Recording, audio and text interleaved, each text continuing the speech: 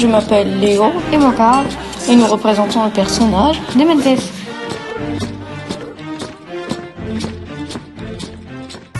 Je m'appelle Mentes, le roi des qui connaissent. J'ai le teint pâle et une mine renfrognée, rien de sympathique. J'ai des cheveux extrêmement lisses, on dirait presque que quelqu'un m'a mis de l'huile d'olive dessus. Ma corpulence est assez svelte comme un cerf dominant les forêts.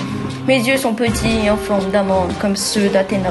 Je possède également un énorme nez aussi pointu qu'une épée, ainsi que de gros sourcils poilus et balafrés. J'ai des épaules plus larges que mon corps car elles sont énormément musclées. J'ai malheureusement des mains trapues et gonflées comme un ballon de baudruche. Mes hanches sont assez maigres et squelettiques. Je suis né avec de grandes jambes musclées et j'ai des pieds de géant. Je marchais tranquillement sur la colline de granit quand tout à coup, je me suis arrêté pour regarder le paysage. Je regarde depuis la colline et je vois l'immense falaise, ainsi que la grande faille qui ressemblait à un serpent de pierre rampant jusqu'à la montagne. Tout au fond, je vois la côte ainsi que la plage ressemblant à un cratère. L'eau d'azur faisait ressortir toutes les merveilles de la mer, en passant par de simples poissons jusqu'à des épaves de navires de guerre. Sur le reste de la côte, des décorations d'argent et d'or plaquées faisaient ressortir la beauté de la mer.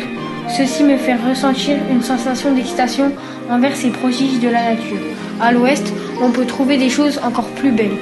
La forêt, les arbres ont tellement de couleurs, passant du vert presque fluo à du orange automnal ou encore du vert sombre jusqu'à du rouge pâle.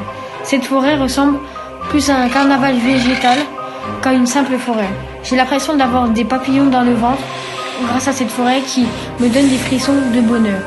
Mais ce qui dépasse la beauté des dieux, ce sont à l'est de l'île, ces champs de coton et de blé mélangés aux autres fleurs et herbes dont les plus jolies sont les coquelicots écarlates, les gigantesques fougères remplies de rosée du matin ainsi que l'odeur des lavandes un bel après-midi d'été. Ceci me fait penser au parfum que mettait ma défunte mère et dont le chagrin n'a pas disparu de mon corps à cause de la tristesse qui ne m'a jamais quitté et dont le seul souvenir est sa tombe au fond de ma cité. C'était un beau jour d'été, alors que je me promenais dans ma cité, j'ai entendu quelqu'un hurler. On nous attaque! On nous attaque! Je suis arrivé alors à bord de mon char pour me lancer à l'assaut contre Ulysse, l'homme au milieu russe et le fils de l'arrière. Ce fut un désastre pour mon armée, car les hommes d'Ulysse ont été beaucoup mieux armés et beaucoup plus entraînés avec leurs épées aiguisées comme un couteau. En outre, Ulysse est venu m'attaquer et il a foncé sur moi à bord de son char de combat.